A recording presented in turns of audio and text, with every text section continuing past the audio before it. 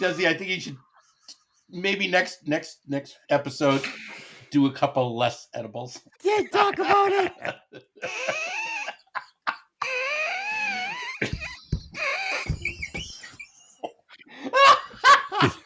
Oh my god!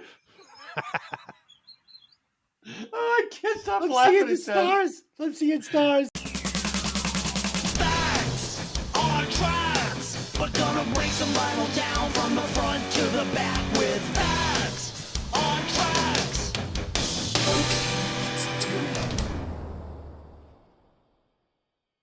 Showtime. Welcome to Breaking Vinyl. I'm your host, Des, a.k.a. Johnny Fever.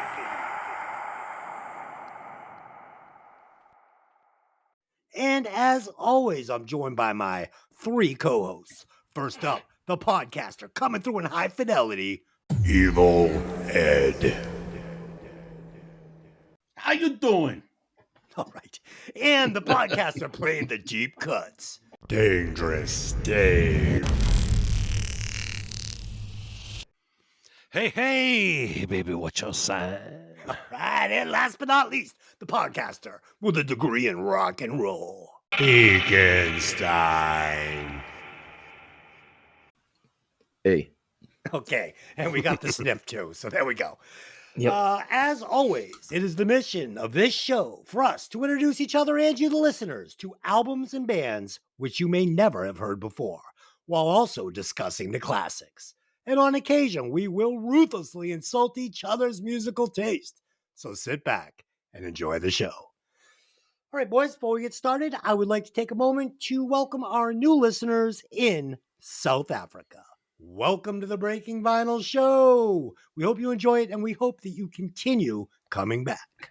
Yay! Hakuna Matata. Absolutely. Yay! Okay. Tonight, we will be discussing Get Born, the debut studio album by Jett, produced by Dave Sardy, released on September 14th of 2003 by Capital/Elektra Records. The album peaked at the number 26 spot on the Billboard 200. Very surprising to me. I heard at least 3 number 1 hits on this album. So shocked that it never broke the top 25. Crazy. Band's lineup was as followed: Nick Kester, lead vocals and guitars; Chris Kester, drums, percussion, tambourine, backing vocals, lead vocals on Get What You Need and Moving On, and the final track, Timothy. Cameron Muncie, guitars, backing vocals, lead vocals on the radio song and Come Around Again, and Mark Wilson on the bass guitar, and he played piano on Look What You've Done and harmonica on Move On. Boys, like I said the first time we tried to record this podcast, they really split up the duties on this album, and it definitely made for a very ever-changing sound as you journey through the album. It definitely takes turns left, turns right. You're getting some of this, you're getting some of that. Wow, a lot going on this album. Let's do some quick band facts. I will get us started. After a few name changes, including Mojo, Filter, High Fidelity, and Dusonic, they settled on Jett. Great name. It was taken from a Paul McCartney song that he did with Wings in 1973. So like I said to the boys, we tried to record this podcast about a half an hour ago. I had taken my gummy to correspond with the start of the podcast, and it got delayed, and now the gummy is really starting to hit me. And yeah, it's causing a little jam up in the cranium. Dave, what do you got on this? Yeah, album's a little uneven, but it was recorded at Sunset Sound Studios in Los Angeles. Producer Dave Sardy had previously produced records for Marilyn Manson and the Dandy Warhols. Billy Preston, famed sideman of the 60s and 70s, appears on guest keyboards. And the band opened for the Rolling Stones on their 2003 Australian tour leg. God, dude, you guys, I'm talking to the listeners. You should have heard the first take of this. It was electric. It was electric. It's definitely lost a little fire on the second go around. We can always edit it in. Come Oh on. shit. Oh, it did. All right. Ed, what do you got on this album? Yeah, so this album, clearly the band was influenced, and they've noted it, that they were listening to a lot of their father's albums from the 60s and 70s, and that is all over the place throughout this record, and I love it. Absolutely love it.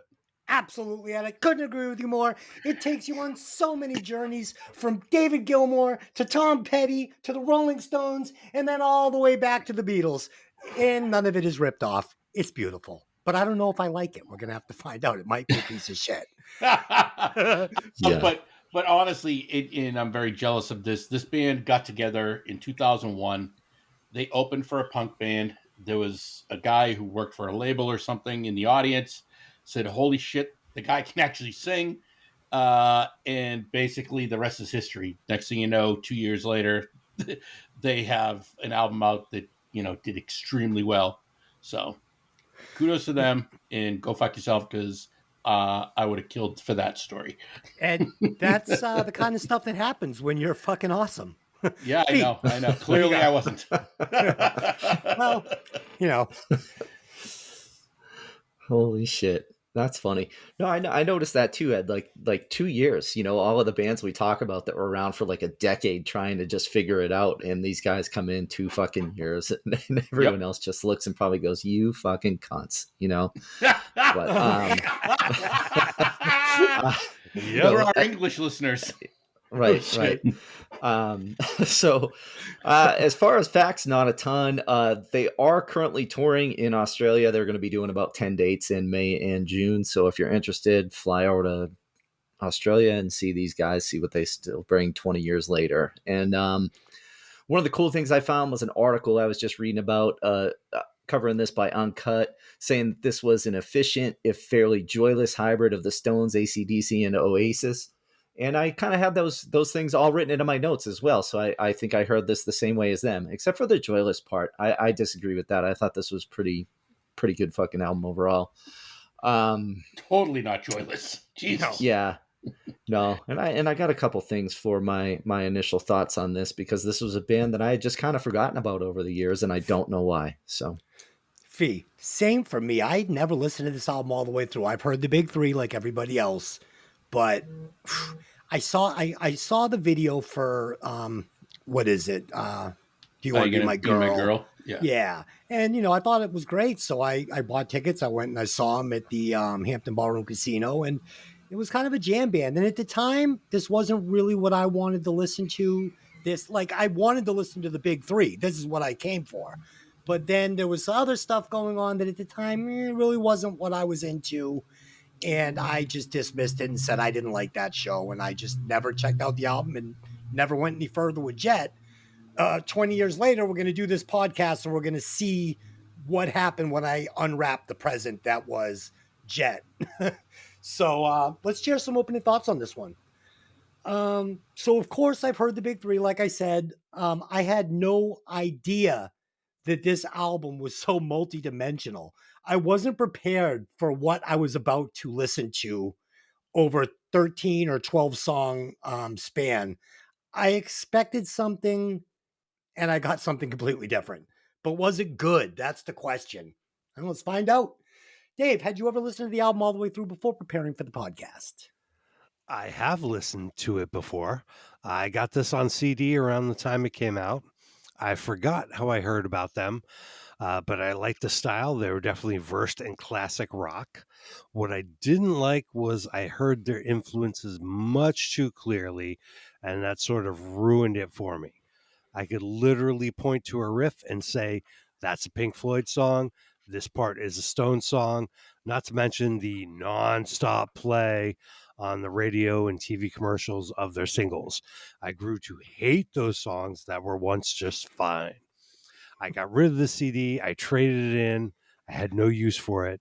Let's see if time has softened up my opinion of the album. Dave, isn't that so fun? You traded in back in the day. You go to these used fucking Jason's Records and Tapes or Quincy Music, and you take in all your junk CDs and like, how much can I get for these 20 CDs that I spent $1,500? And they're like, well, we could probably take $6 off like the new Jett album. All right, sounds like a good deal. Ed, you picked the album, so obviously you've listened to it all the way through. Absolutely. God, I heard of the band because what was it? Like a Carnival Cruise Line ad actually had Lust for Life in the actual ad. And then I heard Are You Gonna Be My Girl? I'm like, what the fuck? That's the exact same song. So I bought it because I'm like, no, and we'll get into that song when we get to it. Because I did actually research some comments that were made by Iggy Pop and Jett, and they're not wrong. They both actually stole it, so you can't really knock them. Nice. But when I heard the album, I had just the opposite feeling that Dave had, where I liked that you could hear their influences, because I'm like, oh, this is a great take on a classic Stones song or a classic Beatles transition, stuff like, and I enjoyed it because no one did it. And I don't think no one's done it since. I think they're really the only band that embraced it and said, you know what, let's do it. Let's see what happens. And I think it worked for them.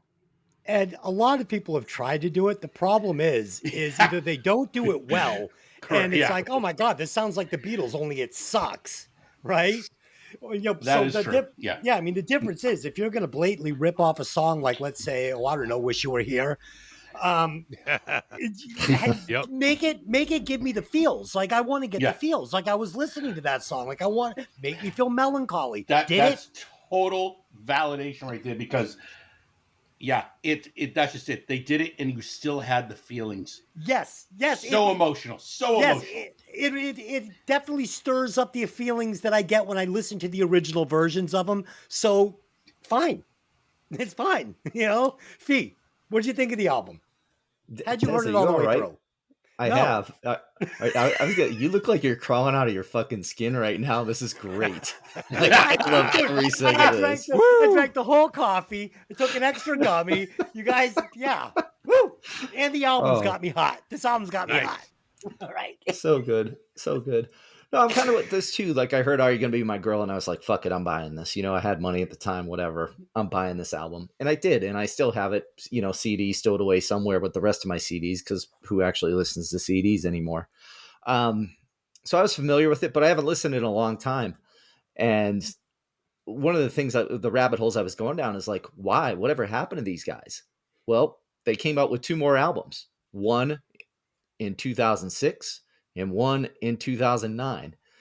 And there was this review of the one that came out in 2006 that basically it said it was rated 0.0, and it was just a fucking video of a monkey taking a piss in its mouth. And that was it. That was the whole review of the album. So, ouch. That's not good. Ouch. Holy shit.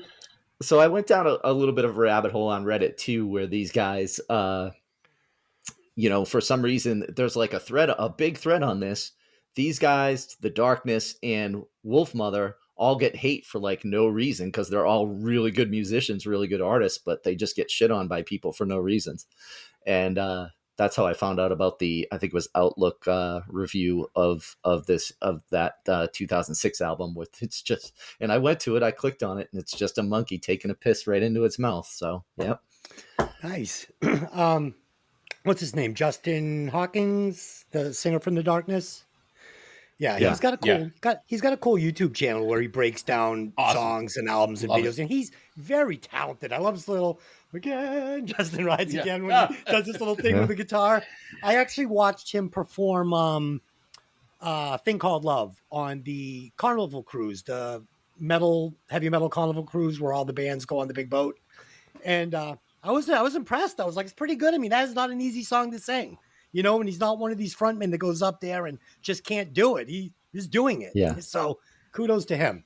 Well, he also Yeah. sang at the Taylor Hawkins benefit, and it was great. Yeah. He's a legit musician. Yeah. Totally. So yeah, if you guys do check out that, it's Pitchfork, the Pitchfork review of their second album, Shine On. Check it out. It's just a video of the monkey taking a piss, rated 0 out of 0. So, yep. I mean, as Good soon as stuff. we finished, I finished listening to this album, I was so excited. I started watching the videos. I started it relit my fuse for Jett, let's just say. All right, let's quickly do a fast five. This is a just straight fastball down the middle. Nothing special. Cheese pizza. Here we go. Who was hotter? Janet or Chrissy? Dave, who was hotter, Janet or Chrissy? Chrissy. Ed. Which Chrissy? We're talking about Three's Company. Yeah. There was Oh, only they one didn't all Chrissy. play Chrissy? They all had different names? I don't know. I thought they all played Chrissy. No. Yeah, Suzanne Summers, definitely. Okay. Fee. Yes, Chrissy. And the correct answer is Chrissy. Okay. Because she's so dumb. Number 2. Marianne or Ginger? Oh, ancient question. Been talked about since the beginning of TV. Dave, who's hotter?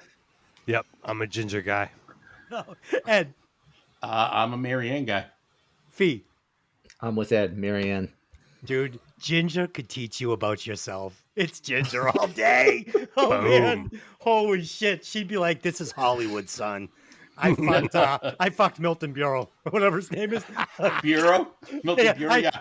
Because his junk was the size of a bureau. Okay. Right. Okay. I'm fucking slurring my words now. Number 3. Betty or Wilma? Dave, who is hotter? Oof. Wilma. Sexy redhead. Okay. Ed, Betty. Fee, Betty. give me that fiery red bush any day. The correct answer is Wilma. Oh, shit. Number 4. Laverne or Shirley? Dave, who would you rather bang, Laverne or Shirley? Oof. Do I have to pick one? Yes, you do. Or Squiggy. I'll put Squiggy in as an alternate. I'll hang out with Squiggy and we'll go bowling or some shit. Oh no! Pick a chick. Shirley, I guess. Ed, who are you I'll go with banging? Laverne. No, Fee, who are you banging? I'll go with Shirley, I guess. Yeah. Dude, it has to be Shirley. Laverne is unfuckable. Penny Marshall is unfuckable. Even in like her 20s, she is not bangable. No, that face repels penis. Penis. Okay, number 5, and the final question. This is a big one, boys. Joe or Blair? Dave, which one was hotter? Blair, duh. Joe was an Ed. interesting guys. Ed, Blair. Fee. Blair. I don't know. For some reason, back when I was a kid, Joe I'd was like actually the go with bad. Tootie. She was like the bad boy. Yeah, no Like kidding. she rode the street bike. Like I imagined her like saying, "Get on, kid!" Like taking me for that first ride. You know, you'd have to Aw. lure Natalie into the van with a chunky bar. And the rest of our female audience is gone. Dude, It's done. guys, Just there's fucking no female put the nail audience. in it. Like I Put think the like nail in that one. I think the 3 women listeners are like Dave's girlfriend, my wife, and my mom. Like that's it. Oh shit. Okay. Dave, that's the best thing you ever did on the show. Okay, here we go. Let's get into this track breakdown. Enough nonsense. Track number 1 is called Last Chance. So this was kind of what I expected from the album when I put it on. I went, oh yes, that's what I thought it was going to be. I love the song, especially the chorus. But here's the rub. This album has a whole nother side to it that sounds nothing like what I expected. And honestly, the hidden side that I never saw is really the gem on this album. What was hidden from the general public is the best part of this album. And I love the hits. So you kind of see where we're going here. Ed, what do you got? For what? For Last What? Chance? What? Yeah, Last Chance. It goes Dave next. Oh, Dave, and the song is Last Mm. Chance, right? Yes. That's Okay, track well, one. I'm batting 500 here. Dave, Yep. go. All right. It's a cool riff, nice overdriven bass. I would have preferred the tracks to be a little more cleaned up without the count off and talking at the top. I also think I hear some mic leakage of a scratch vocal or something. Good chorus, nice bridge too. 2 minutes, it's all over. I think it could have used a guitar solo. Oh, yes. Agree with everything you said there. I did like a little of they letting a little of the studio chatter in on an album. It's fine, just not as much as they did. They Yeah. overdid that. And I did want a guitar solo too, because I know this guy can play exactly the way I like it. So I did miss that, but yeah. Ed, now it's your turn. Go ahead, talk about it. I actually feel the opposite, kind of. It's short, sweet. I think the song is fantastic and really sets a tone of what the band represents. It's under 2 minutes, but sounds like a full song to me with vibrant energy and an old school rock, almost punk vibe. The raw guitars, raw, very active bass line, great drums, and the fantastic rock voice, melody and harmonies to just, oh, I love it.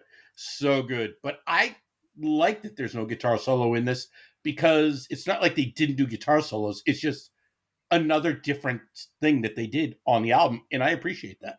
Yeah, I didn't miss it. I just wanted it. So, dude, in my opinion, I had to A/B this with Dirty Honey just because I had to, because it just reminded me of a great album like that. Yeah. And dude, this guy's voice almost made the guy from Dirty Honey like I was like, oh, it's starting to hurt my ears a little bit. Like, it's harsh compared. This guy's a way better singer. Maybe not as much phenomenal. range.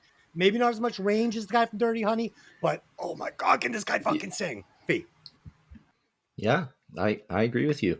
Now, you mentioned there's like two sides to this album, or like two different things going on here. Do you At guys least. think that part of that might have been that they left during recording to go on that Australian leg of the Stones tour and then came back to recording this? Could that have something to do with it? Possibly.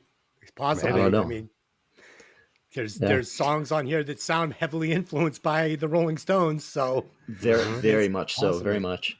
Yeah, this one was just okay, but the other question I had is that how it kind of works in the studio? Like on that intro, is like, can you just give me one more try at that? And then, Sure. Oh, yeah. like, is that Oh, yeah. common? Okay, I kind of figured it was. I don't know why it was on the album, but it didn't hurt it in my opinion. I thought it was pretty cool. Or it's usually, dude, that was awesome. You have someone going in, that was terrible. Please go and do it again. Do it again. I would always be like, Nice. Can you simmer down in there? Are you okay? Yeah. Good stuff. Good stuff. Number two, Are You Gonna Be My Girl? Dun, dun, dun. We've all heard this. I love it. I mean, it's a great guitar riff. It's an unbelievable use of breaks in the music to fucking accent these incredible verses. I love the guitar tones in this song and on the whole album. And there's tons of them. This guy is not just throwing one guitar sound at me. As for the drummer, this guy's fucking selection of drum fills, oh, they're so simple, but so perfect. They're almost like little tiny guitar solos. I fucking love them. And I loved his snare sound. This is how you write a hit single. Amazing.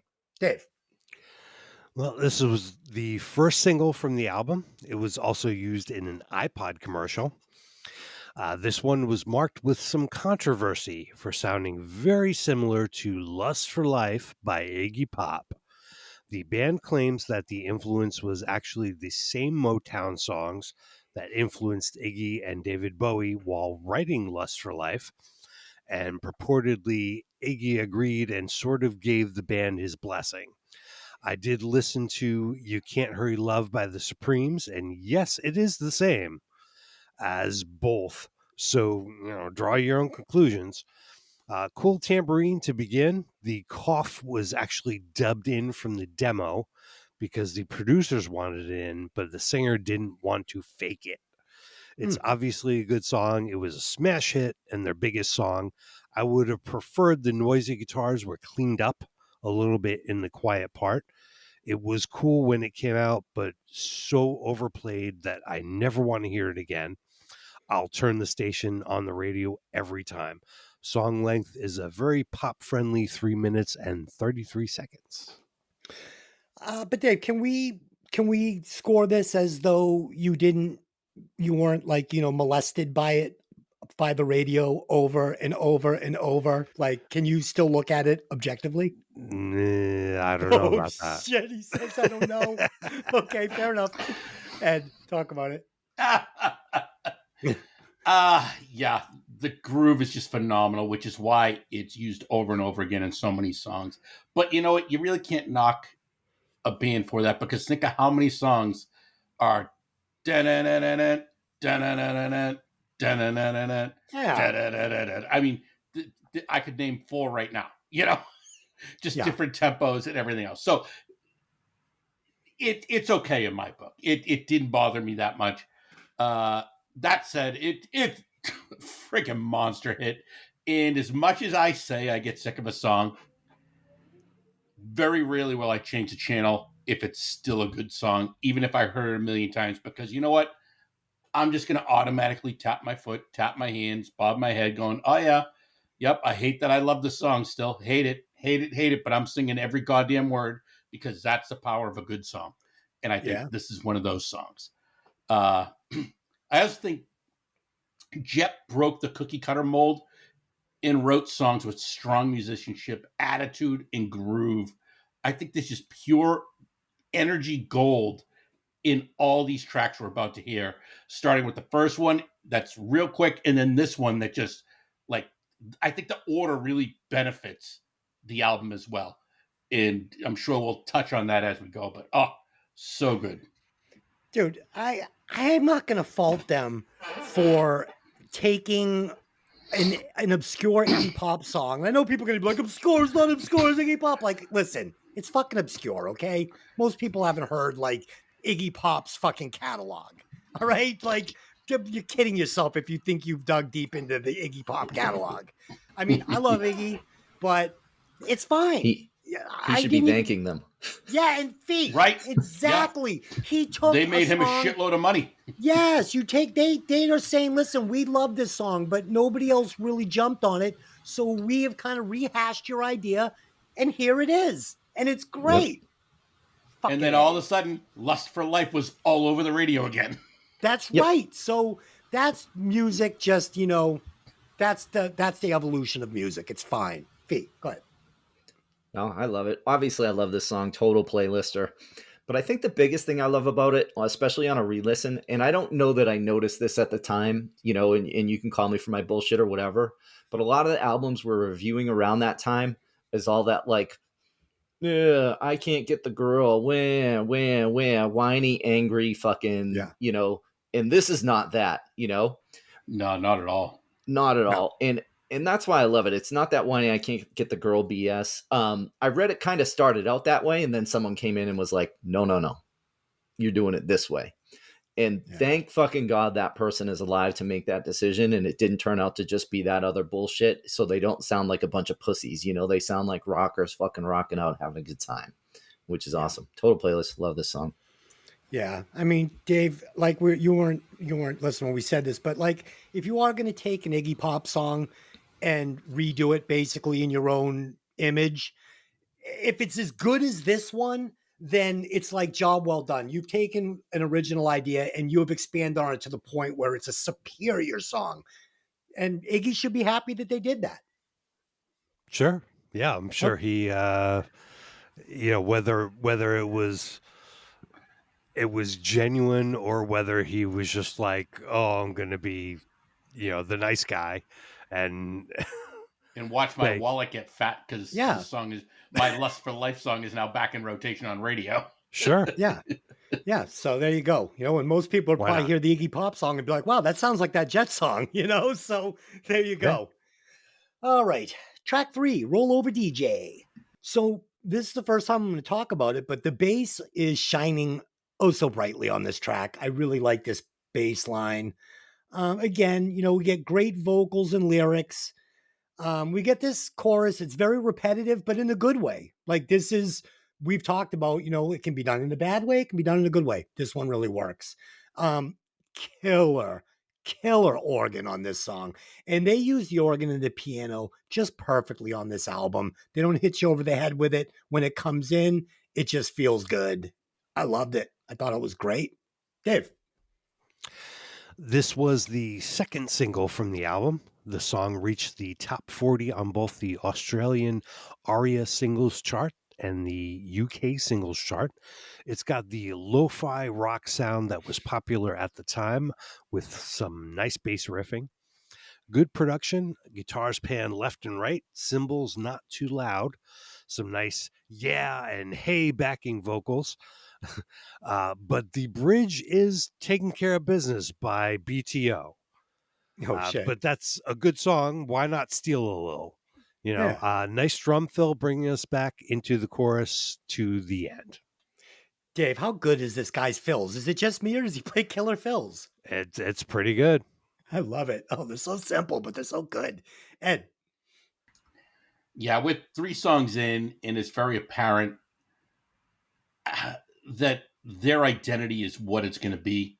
However, the songs do not sound the same at all, and it's just an overall tone that's familiar throughout. It's similar, and I love it. It's that rawness, the unpolished, but it's so polished sound that they do. It's just so good. And Mark Wilson is tearing it up on the bass. Oh my God. All over this album, but this song is, the bass line's phenomenal. Just, he dominates the song without trampling on the guitars, drums, or vocals. The song is an infectious hook and groove, and the keyboards in the background just, so good. I'm curious if this is one of the Billy Preston songs, because I looked everywhere. I couldn't figure out which tracks he specifically played on. They just said he's credited with the keyboards on this album. What's really cool about this album too is when you got 3 lead singers in a band, it's like, depending on who's singing harmony and who's singing backup and who's singing lead, but they're all kind of in the same wheelhouse, so it all sounds like Jett. It wasn't like when we did that like the Triumph album. Was that the one with the 2 singers? Yeah. And the King's X, and the King's X album that had the 2 singers. 3 singers. Yeah, they had all 3 singers. Yeah, and I could really tell when it was changing singers, and it really kind of like jankily changed the sound of the album for the worse. Not here. Like, it all just sounds like the same guy, but maybe was in a different mood that day. I don't know, man. No, it's a good point. I definitely agree with that. They all sound very similar, but just different enough that you like, that's a different person. Yeah, and it kind of just gives this, like, from song to song and section to section of the album, and these songs, it kind of just, the flavor changes a little, and it's like, it's a buffet. Feet, go. Yeah, I didn't realize there were multiple singers until another song or two, later, when I was like, holy shit, this is definitely a different singer. Just in general, I mean, obviously I like this song. It's a good song. But a couple of, and I love the energy that they're bringing so far in the top 3 tracks, like in all of how all these songs just move, they keep you moving, which is fucking awesome. Like no wasted parts. I didn't realize the bridge was BTO, even though it sounded really familiar, but now it sounds extra familiar. Thanks, Dave. But I thought the funny part is apparently the history on this track is about them being frustrated about getting airplay because the music at the time was all like electronic and hip hop and stuff like that. That was getting all the radio play. And then I thought about it. I'm like, you guys were together for 2 fucking years, not getting fucking airplay. And now 2 years in and you have the biggest track in the world at that point. I don't want to hear it. I don't want to hear it. They're so jaded. Right. So jaded. 2 years in. I'm like, get the fuck out of here. Either way, good song. I really like this song a lot. So track 4, look what you've done. So this is 3 tracks in. I've kind of gotten what I expected, and I had forgot this was even Jett. Like, I'm like, what? It's fucking Jett. And guys, this is where I start falling in love with this lead singer. Okay, if I close my eyes and just imagine what the Beatles might have been like in 2004, if they were like a fresh band coming up out of Liverpool. Like, this song could be on like Sgt. Pepper's Lonely Heart. Like, this is fucking amazing. And what makes it so good is this guy's voice is fucking legit, man. It is fucking legit. It's so smooth. It's so perfect. It's everything that Collective Soul album didn't have. There is so much character and personality in this lead vocal track with this You shut subtle your mouth. accent. Oh, God, it's so Don't good. you rip on Collective Soul. Okay. And the way it's just, and the way they just hang it out over this piano, right? And then the way that it's produced over this whole album, minus one song where they give him some effect, and it's fine. His vocal is so dry on this album, and it makes it so good because I can hear every breath he's taking, every syllable. It's fucking magical. And when this track kicks in, it is full of melodies that are just all over the place. And then when he does that lift up section, that Beatles part, dude, if I live to be a million, I'll never write a section of music that is that perfect. Both music and vocal. You're getting 7 seconds of fucking magic. I don't give a fuck if they ripped it off from the Beatles. They did a good job of doing it. Dave, what do you think about this song? Sorry. 100 watts. Here's the ballad. Is it Home Sweet Home by Motley Crue? Is it Imagine? Is it Let It Be?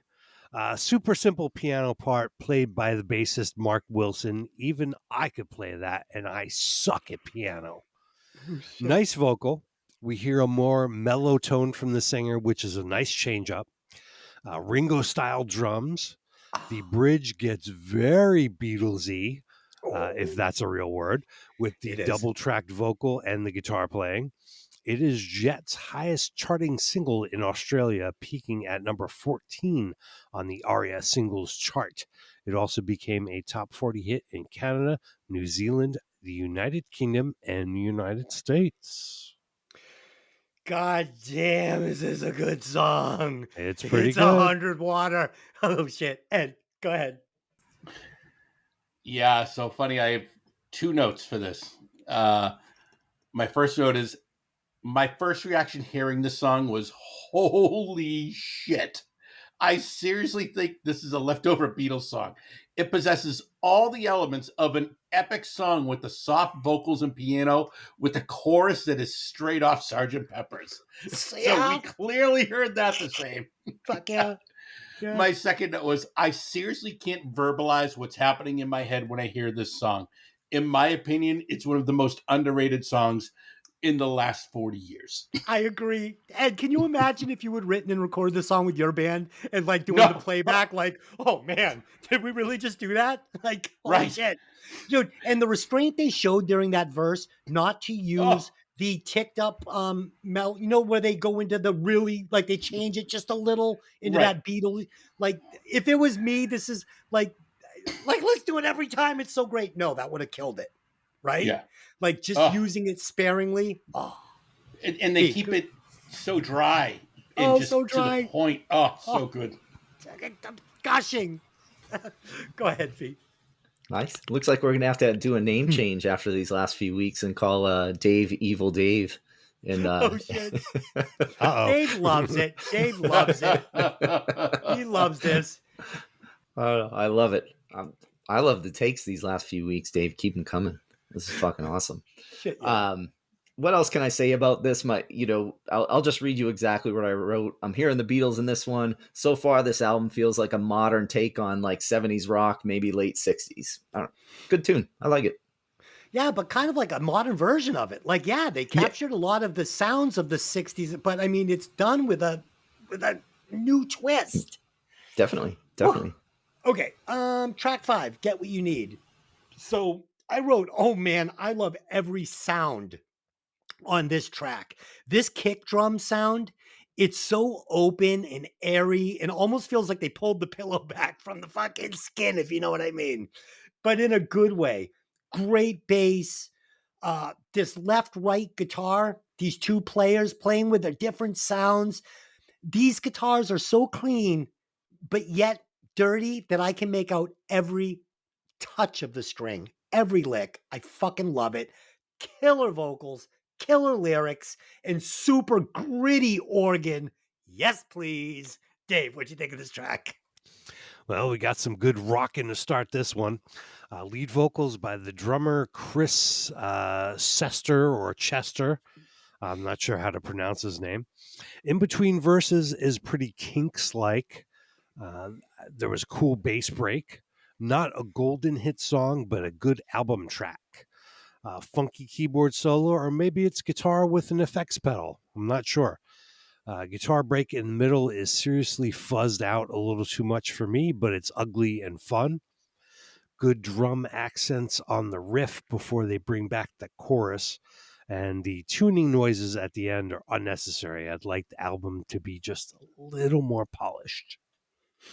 You know what I wish? I wish that this was the Dogs D'Amour Inside the Dynamite Jet Saloon. Like, I wish when I played play on that album, it was this album. Right? Fucking Ed, go. But it definitely wasn't. No, it wasn't. It's just a little better. Yeah.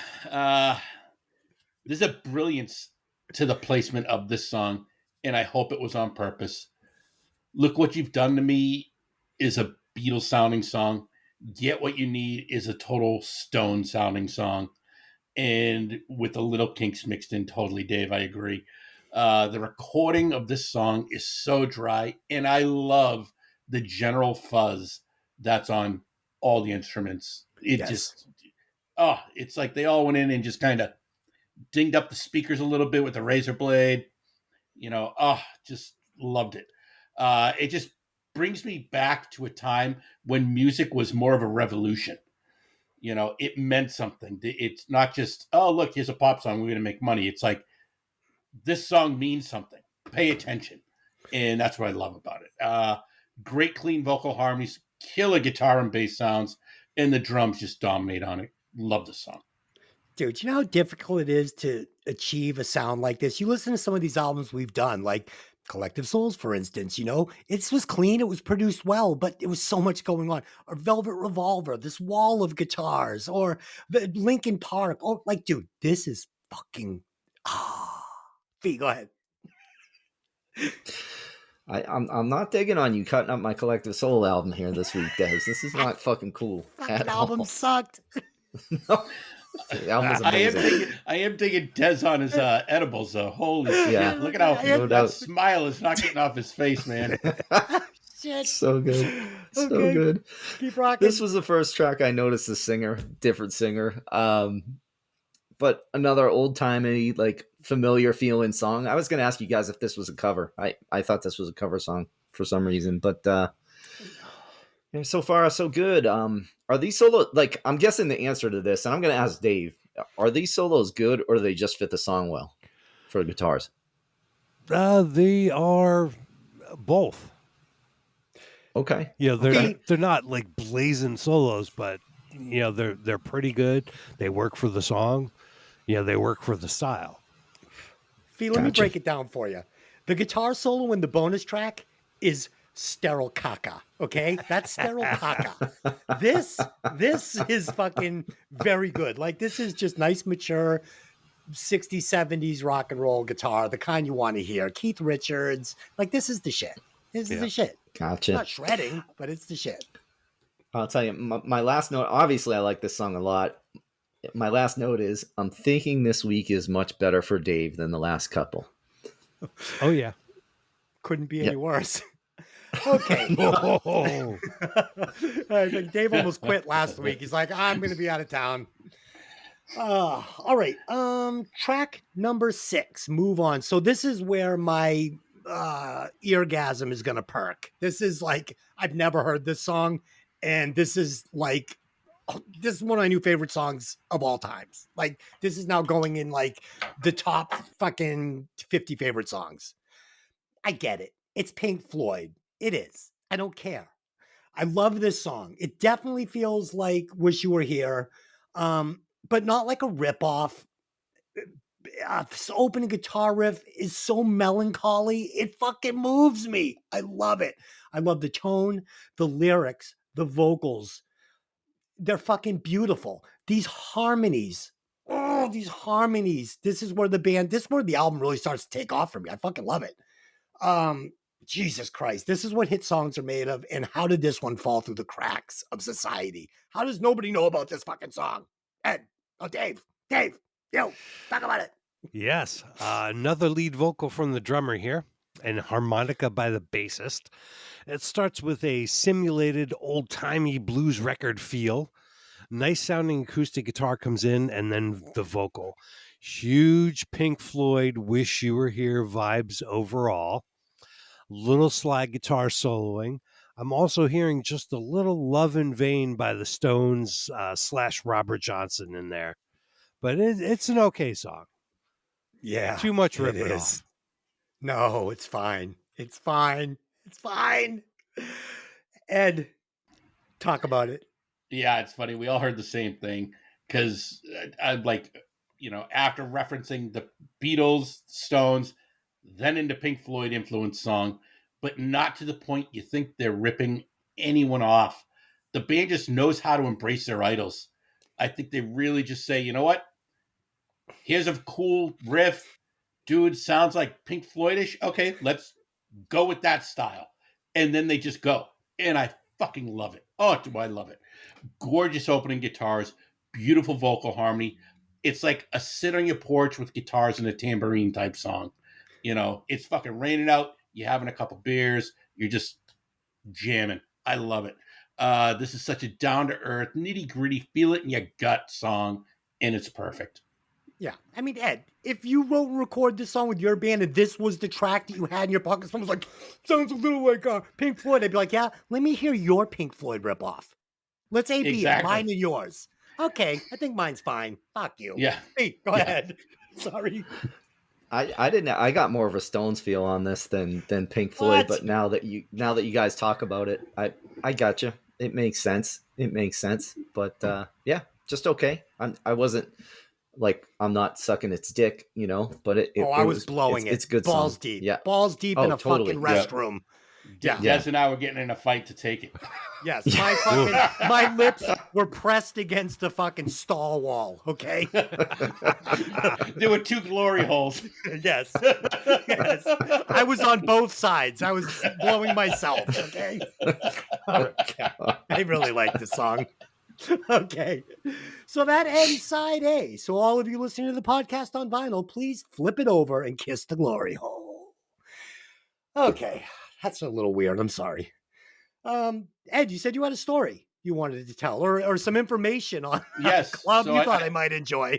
Yes, I do have a story. So I'm going to keep certain parts vague because Okay. for the safety of the members of this club. So there's a club called the Rust Club. I'm And not the part Rust- of it. I just want to Nope. it with that. I know nothing about this. Myself and Fee are a part of it. Oh shit, Yep. you fucking weirdos. This club started when a friend of ours mentioned that he shit his pants at a work event. Nice. And he goes, yeah, I'm just standing at the stall taking a piss. And I go to fart and I go, oh no. He's like, and I reach down under and I pull up my finger and there's rust. Oh. And we're like, oh my God, rust. So we started the Rust Club. And there's a healthy membership. It's a secret club. And the admittance fee is you have to shit your pants at work. Not just in life in general. It has to be at work. Picture? So we all have our stories.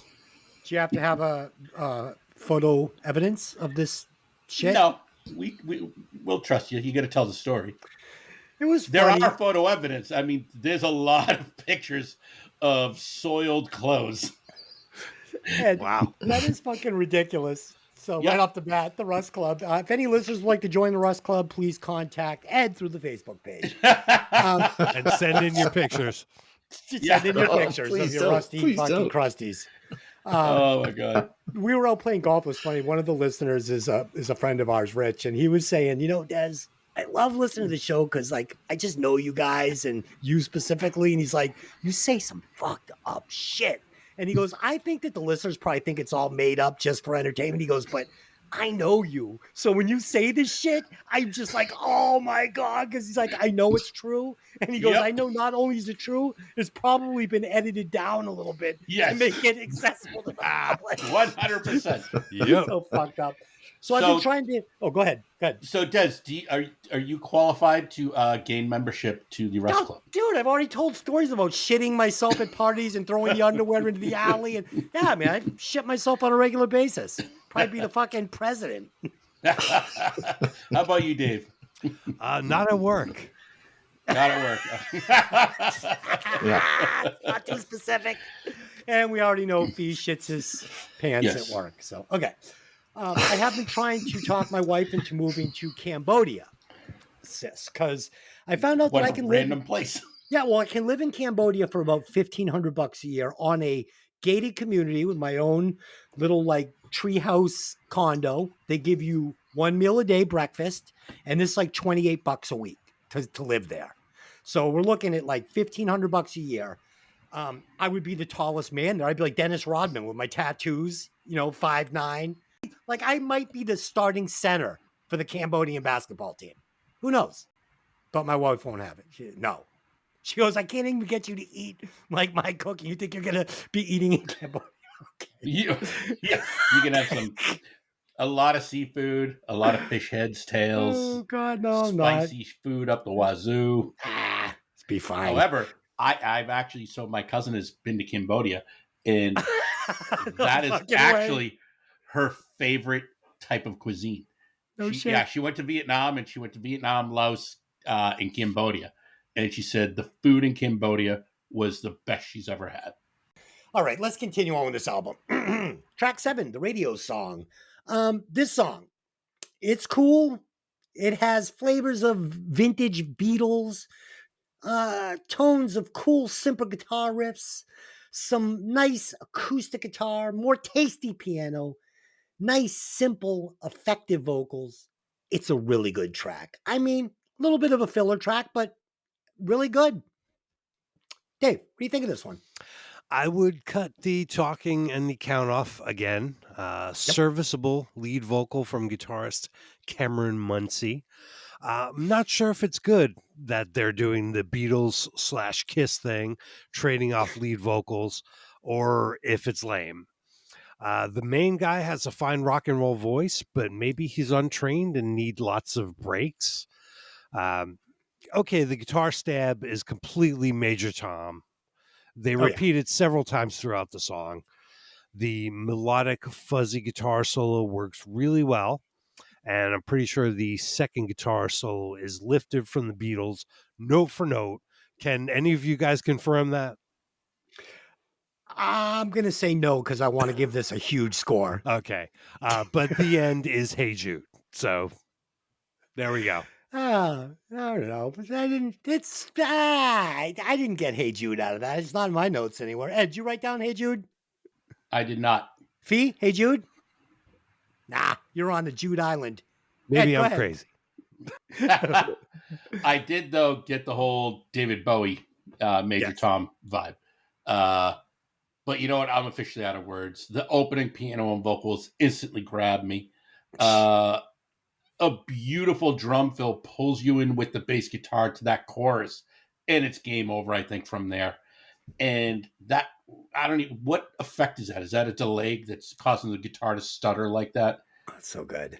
Oh, because and that's where you get the vibe for Major Tom. The wow, wow, wow, wow, wow, wow, wow, wow. Yeah, tremolo. Oh, yeah. Oh, just so. I love the production on this track. The tones, the harmonies, the lyrics. I think it's just fantastic. But to make your song like give off the scent of Major Tom, and the only thing you're doing is just adding an effect to the guitar, like you're not ripping off notes or licks or anything. It's just like, here's a tone that's going to remind you of Major Tom. Yes, please. Give me that. Could somebody send me that plugin, the Major Tom plugin?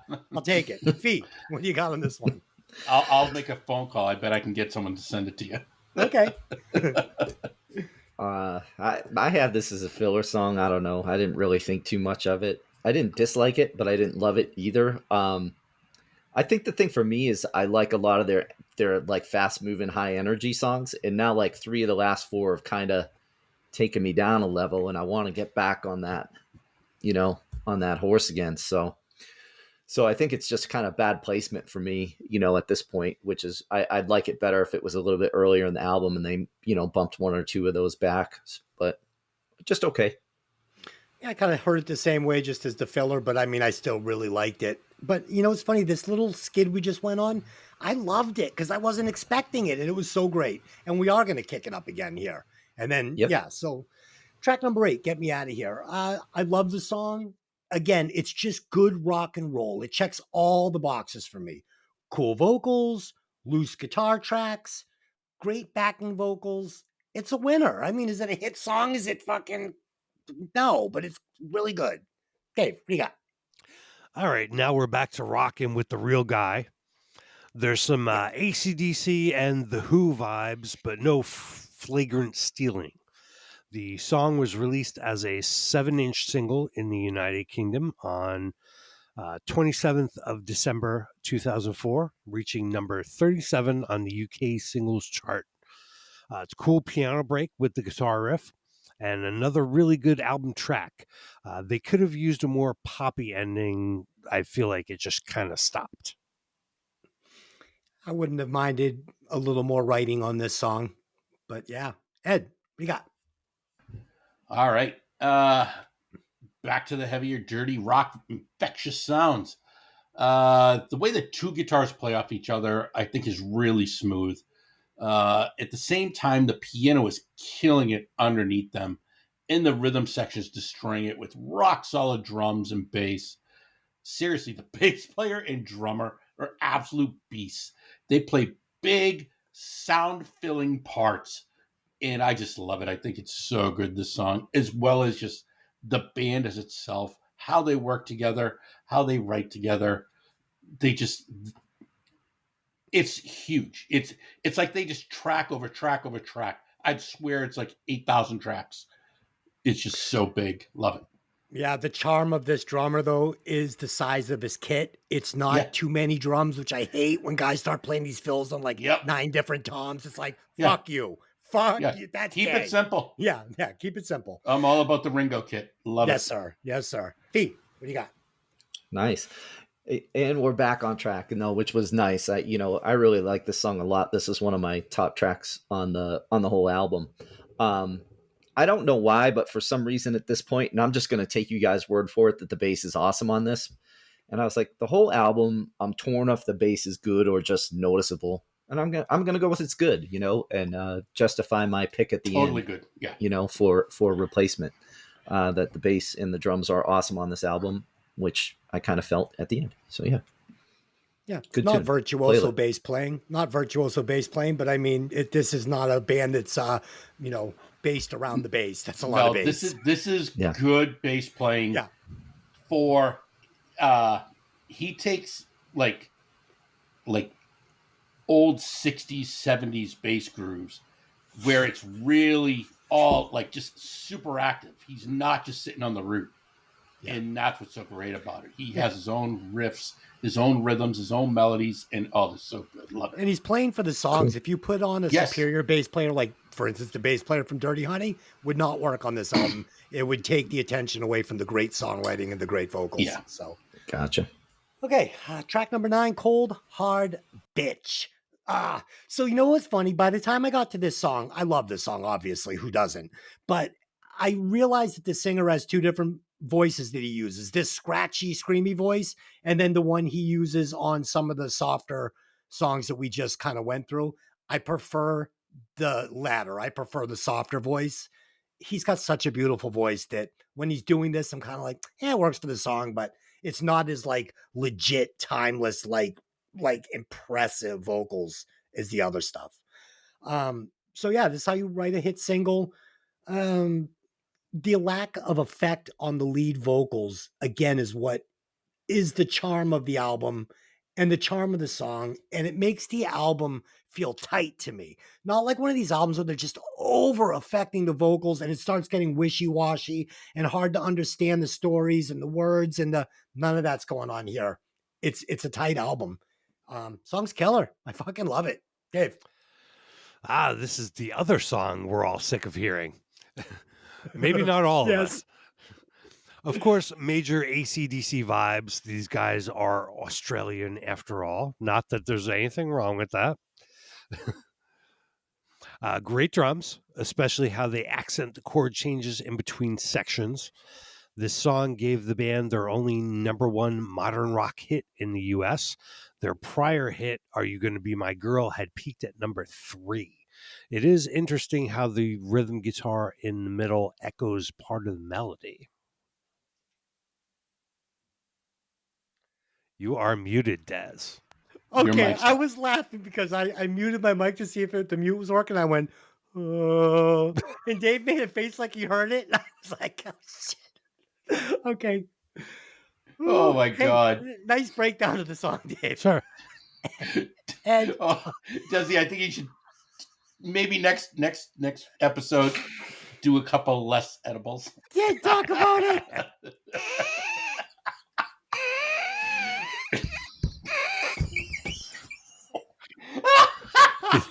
Oh my God.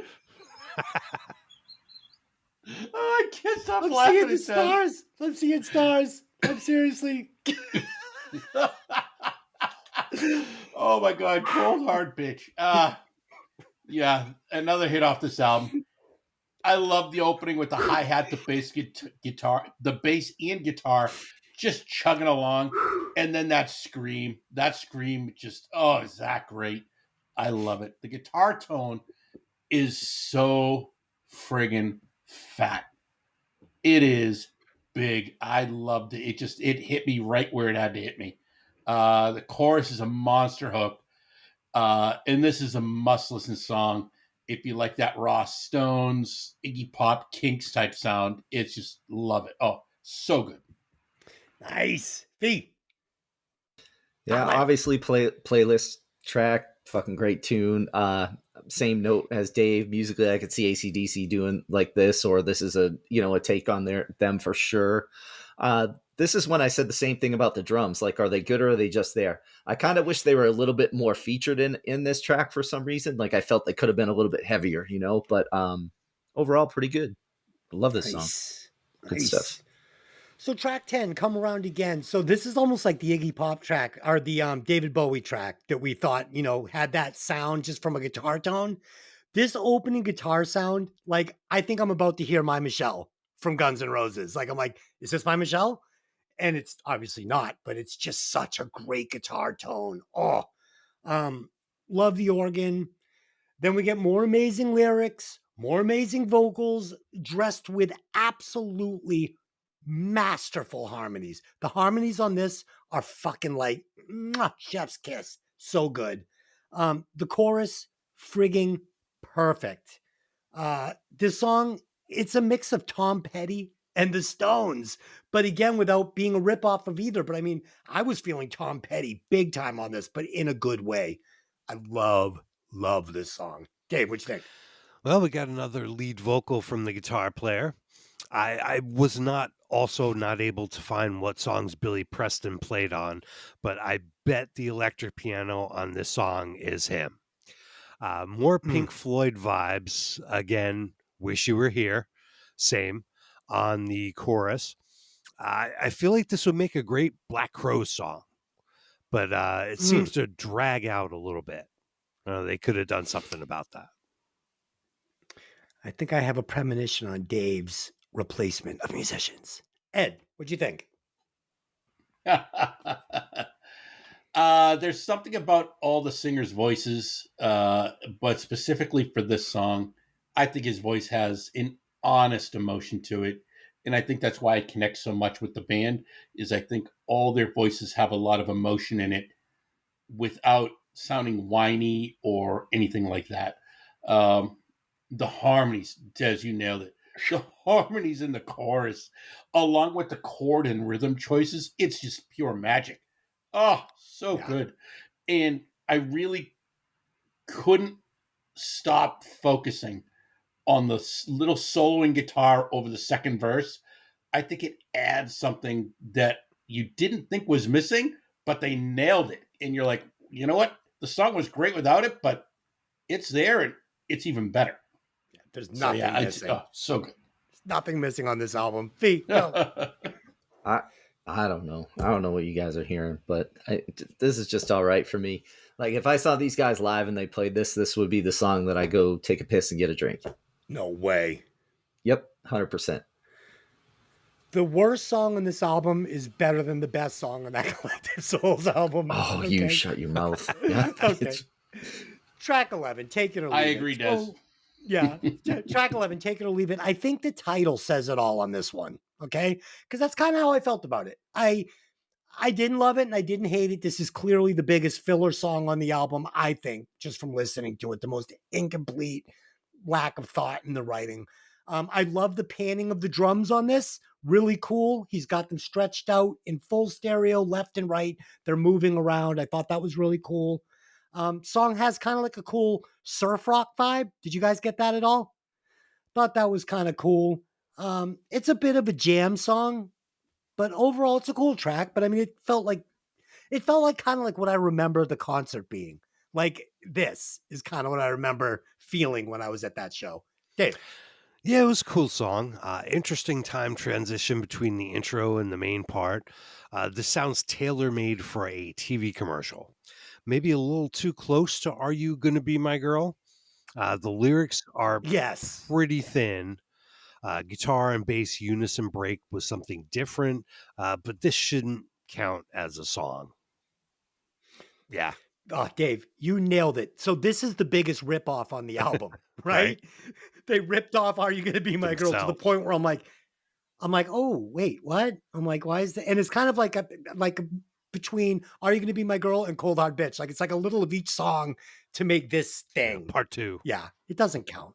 I hate it. It doesn't count, but whatever. I only hate it because I heard the other two. Like if I heard this like in a microcosm, ooh, big word, Pete. Did I use it right? Okay. I would You like didn't it. finish using it. I know if I heard this song in a microcosm, I would like it more because I had never heard the It other would two. be fine, yeah. I'm going too high with that word. Fucking can't go. All right. Yeah, I'm curious if this is one of their early songs that they first wrote because they started out as a punk band opening for other punk bands. And I get a total Ramones vibe from this song. And that's why I think it's kind of like the immature version. Like this was take one of the band. And then a producer got a hold of them, started smacking them around and saying, okay, let's do this instead.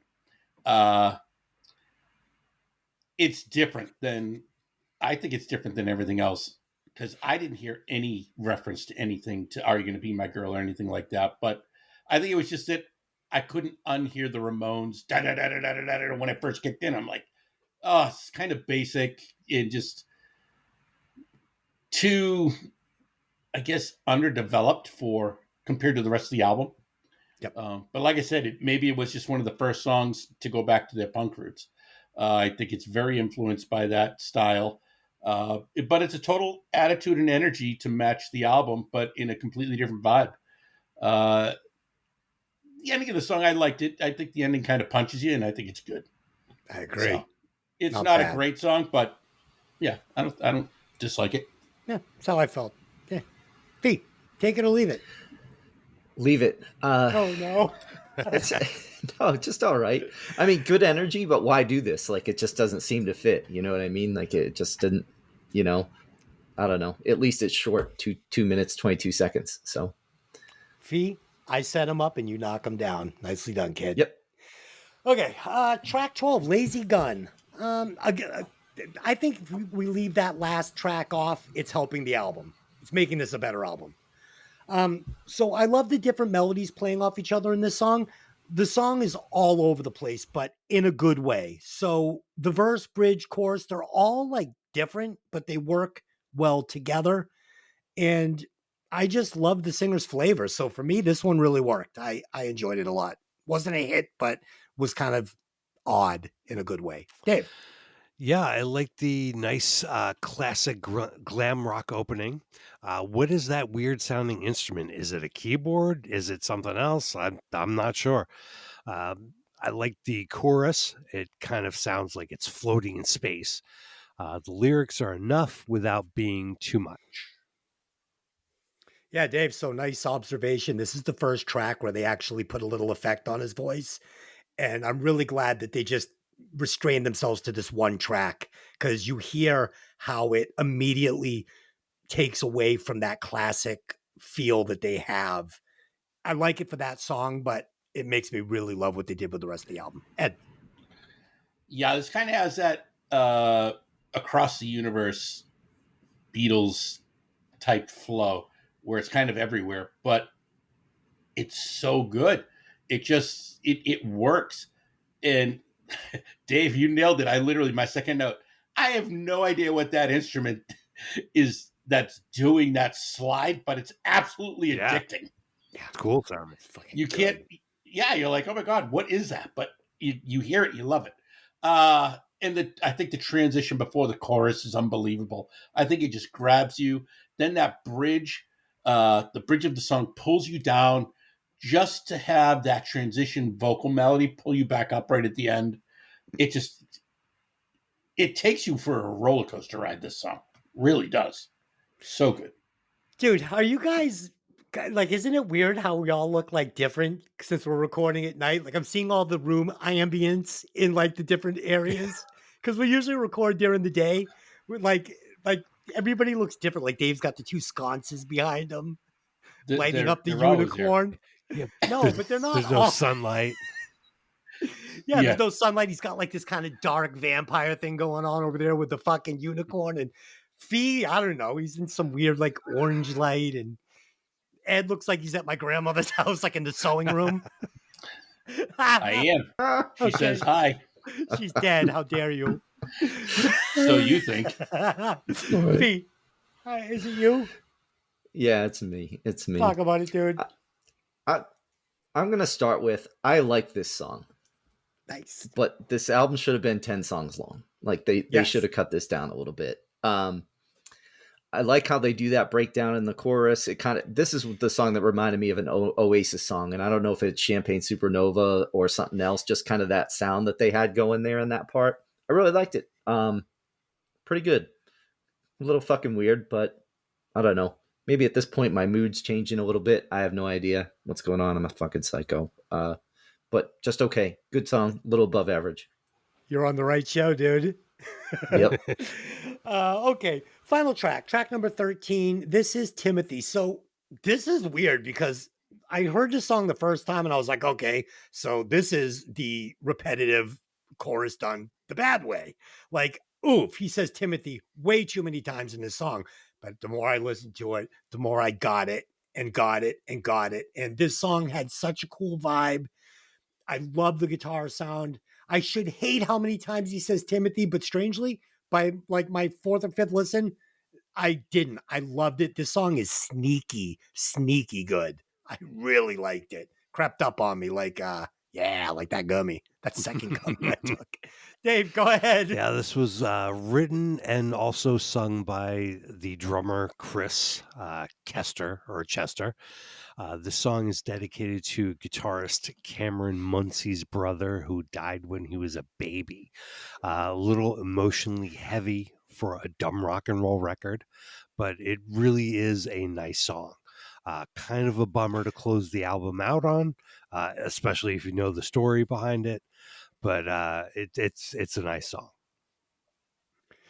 Dave, you know what's so awesome that makes it even better now? I didn't know that story. I just knew that it touched me. And I knew that I loved the way this guy was saying the name Timothy. And it had just a lot of feel juice on it. There's a reason for that. Well, it's fucking good. And it kind of reminds me a little bit of the song on Alice Cooper's album. Isn't it called Timothy? I'm not familiar. The one from Welcome. Steven. Steven. Yeah. Okay. Steven. So kind of had that vibe, was kind of giving me that little bit of a another song I never want to hear again. Yeah. Oh shit, dude! I'm not editing any of your hate speech out tonight. So watch yourself. I'm joking. Ed, go ahead. Talk about it. Yeah, Des, I agree with you. This is the first time I've listened to this in its entirety God, in probably 10 years, at least, probably more like 17 years. But hearing it, I'm like, okay, yeah, just too much. I don't remember. I remember loving this song and I didn't know why. But as the song goes, it grabs you and it pulls you in. I don't know. It's got this great emotion behind it. Total David Bowie vibe, I think. Um, I love the delay in chorus effects on the guitar. That sweet sounding bass tone. I need to make love to that bass tone. It's so good. Oh, do I love it. Honestly, this is a song I find hard to describe for the fact that it changes a lot, but you're never off track. It just grabs you and brings you along for the ride. Kudos. Yeah. Yeah. You can feel the feels. Fee, talk about the feels on this one. Oh, get out the grinder, because it's becoming a fucking grind. No, I mean, just all right. It's not a bad song, but again, doesn't really fit the overall feel of the album. You know what I mean? And that kind of brings it down for me, because I really like all this high energy stuff, and to close it out with something like this, I was disappointed. That's all I got. Fair enough. All right, so that's it. We have broken down Jett's album. I think we did a good job. We always do, for a bunch of hacks. And now it is time to release the bonus track.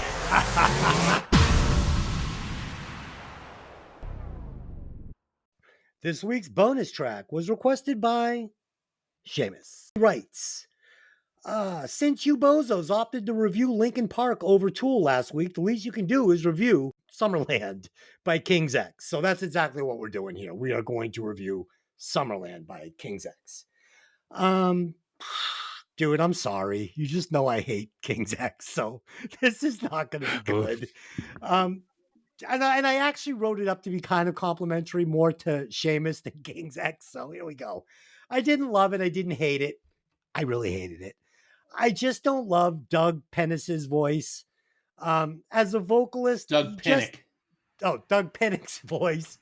As a vocalist, he just doesn't give me the feels in any way at all. I also thought the choice of abruptly dropping out the stereo acoustic guitars that were filling up this entire song when the guitar solo kicked in was a mistake. It sounded like somebody tripped over like a chord in the studio and they were like, fuck it, just leave it. Dude, what the fuck is that? There's some nice background vocals if you like wussy background vocals, but they didn't work with the lead vocal because the lead vocal was so weak. It just started sounding rookie next to these background vocals. I didn't love this song. This is a bowl of vanilla ice cream, which is, I think, what I said about the album we reviewed. I'm sorry, but for me, this is only pushing 47.6 watts. This song is average at best. And the guitar solo was also terrible and emotionless and basic. So there it is. Dave, what did you think of this one? Yeah, it's fine. The guitars and vocal are okay. Basic 80s drums.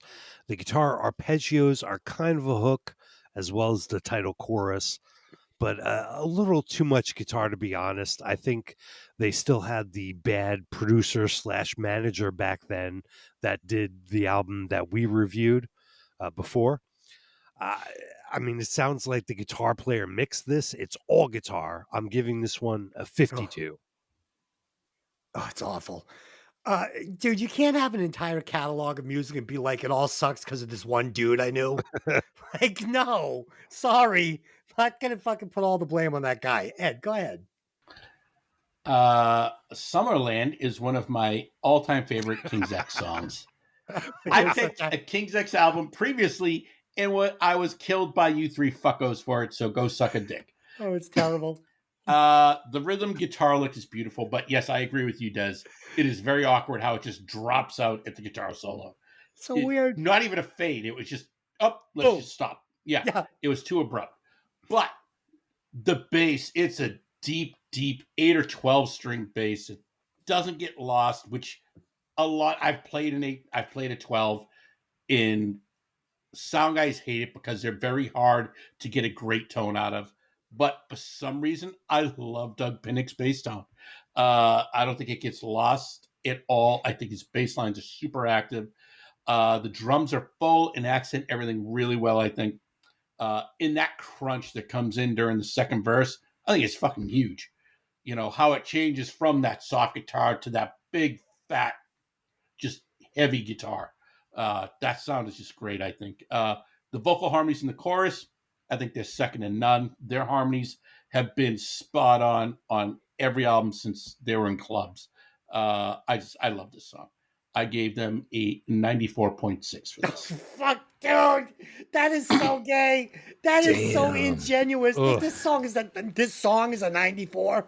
I literally No. have their entire catalog and listen to it continuously. Dude, I only gave it a fucking 40 whatever I gave it because fucking I want Seamus to continue listening to the show. This Hold song on, is like hold a on, fucking hold on. 22. Song sucks. To Song you, sucks. but should we go through some of your No. your scores for Fee. shitty songs? Fee, talk about this song. I got time, Ed. Just- Oh, no, I mean, I think this is about what King's X are for me. Most of their tracks are like middle of the road with a few that are like 100-watt songs for me. This isn't a 100-watt song for me. I think it's just, above average, a little bit okay. I'll rate it the same way I rated pretty much the album, 64 watts. yeah. I mean, it's at least in the right galaxy. Ed, will you please? I should have gone 22. Please tell us how many watts this is pushing. Should have gone 22. Oh my Instantly god. regret that score. Instantly regret that score. All right, so Summerland by one of my all-time favorite bands, King's X, is pushing 64.55 watts. That's way too high. Dave, where is that landed on the Breaking Vinyl chart? That puts it on the bonus track chart at number 19, just under Half the Way Valley by the Sea Hags, and Way better. yeah, just over Underground by the Throbs, which definitely Oh, dude. deserves to be way higher up on the list. Oh Way my god, higher. Wait. those two songs are absolute fucking garbage. Those are classic songs. What are you talking about? Those songs are That fucking no one's ever heard of. They're the I best. never even heard of the Throbs or the Sea Hags. Oh God! How could you guys not think that's close to coolest shit ever? Okay, especially the Oh. Throbs. Yeah, Dave, I'm bringing the Throbs to this show. All right, and that's it. Everybody's giving their score. So, did you? Favorite did you tracks. learn the rest of this thing. Favorite track I'd cut. My favorite song on this album was "Move On." I thought it was great. Song I would cut would be "Take It or Leave It." I would remove Mick Kester and I would replace him with one Sir Paul McCartney. Okay, that's where I'm going with it. Dave, talk about it. My favorite track was Last Chance, track 1, and I would cut also Take It or Leave It. And my replacement would be Let's Get Rid of the Singer and sub in veteran rock and roller Michael Monroe, killer vocals, and some Nice. bonus sax solos. Fucking A. I love it. I love it. The great Michael Yes. Monroe. Yes. Oh my god. Okay. I also had Liam Gallagher there, but he's a fucking tool. Ed, go ahead. Wow. My favorite track was Look What You've Done. And I would also cut Take It or Leave It. If I had to replace someone, I would replace Chris Kester, and I'd replace him with Keith Moon. I think he would add really good drums to the level that the songs need. But I'm torn because I think what makes this great is whenever you have brothers in a band, it's usually the tension of the brothers that makes it good. Yeah. Yeah. Yeah. I've seen some good examples of that. All right. Fee, what do you got? See, Ed, I wanted to go that route too, where I felt that drumming in a couple parts could have been a little more monstrous, a little heavier, a little harder, A little more And exciting. but I didn't go with that, but we'll get to that. Favorite, yeah, I'm a radio fucking moron, and I'll just go with Are You Gonna Be My Girl? Because it's fucking good. I would cut Timothy because it's not good. And I would replace my note goes exactly like this. I probably should have gone with a drummer, but decided on adding Mick Jagger as lead vocalist. All right. Sure. Mick Jagger or Tyler. Either one would work. No, okay, no. let's do some final thoughts and score this and get the fuck out of here. So listening to this album for the first time blew my mind, which isn't hard to do. I had no idea it was so good and had so many different flavors on it. I also had no idea Nick Kester had such a beautiful voice. This crushed Dirty Honey. These hits were way better than Dirty Honey's hits. This singer's vocals were way better than Dirty Honey's vocals. And this is not a slight on Dirty Honey. This is just telling you how much I enjoyed this album. In my opinion, it is pushing 96.9 watts. This is a complete album with 0 potholes. I loved it. Dave, what do you got? All right. Total album length is 48 minutes, 40 seconds, 13 songs. Just for time, I would have cut 1 or 2 songs. They didn't all need to be on here. Back in the old days, album length was restricted by the capacity of a vinyl record. That's why many were 35 to 45 minutes total. Today, many bands are trying to give their fans more music for their money, with 15 to 17 song albums often running an hour or more. While admirable, it is not always the best idea from an artistic standpoint. The album is not as shitty as I remember. There are some cool tunes on it besides the ones that got played to death. It is hard to forgive the blatant copying. I hoped they grew out of it, but I checked their third album from 2009, and the first track reeks of U2, so I guess they are just unoriginal. I'm giving this one a 58. Oh my God, we heard this one different. Ed. Wow. Holy moly. Yeah. That's like your 94 for the fucking King's X song. It's shocking. Well, he heard it the way he heard it. Yeah, this album totally held up, in my opinion, for how I remember it, how it made me feel when I first heard it, and hearing it all these years later. Just, I'm so glad I picked it, because now I'm going to put it back in rotation so I hear it all the time. I gave this album a 97.8 watts. Oh yeah, baby, we heard it the same. I took 96.9. We were dead on. I feel like I discovered 3/4 of a brand new album. It's amazing. Fee, go ahead. Wow, that's wow, holy shit. That's super fucking high. I love this album. Super high. This is one of my. I think this is one of the greatest albums written, probably since